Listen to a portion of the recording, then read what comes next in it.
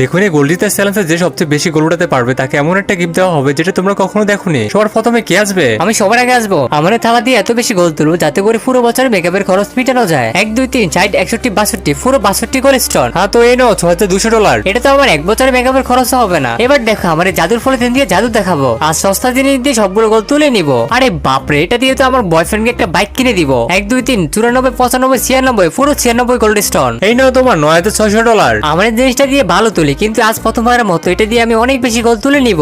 1 2 3 45 46 47। হ্যাঁ তো এই নাও $4700। সবার প্রথমে আমার একটা শায়রি শোনো। বানরের হাতে আঙ্গুর, তোমার বয়ফ্রেন্ড হবে একটা ঝিঙ্গুর। আরে বা, আমার ছোট বেলা তো আজ কামাল করে দিল। 1 2 3 24 25 26 পুরো 26টা গোল স্টোন। শাড়ির জন্য $100 তোমাকে বেশি দিলাম। ও ইয়ে, চিকি চিকি পার্টি বয়। এবার দেখো আমার এই কাগজ দিয়ে সবগুলো গোল তুলে নিব।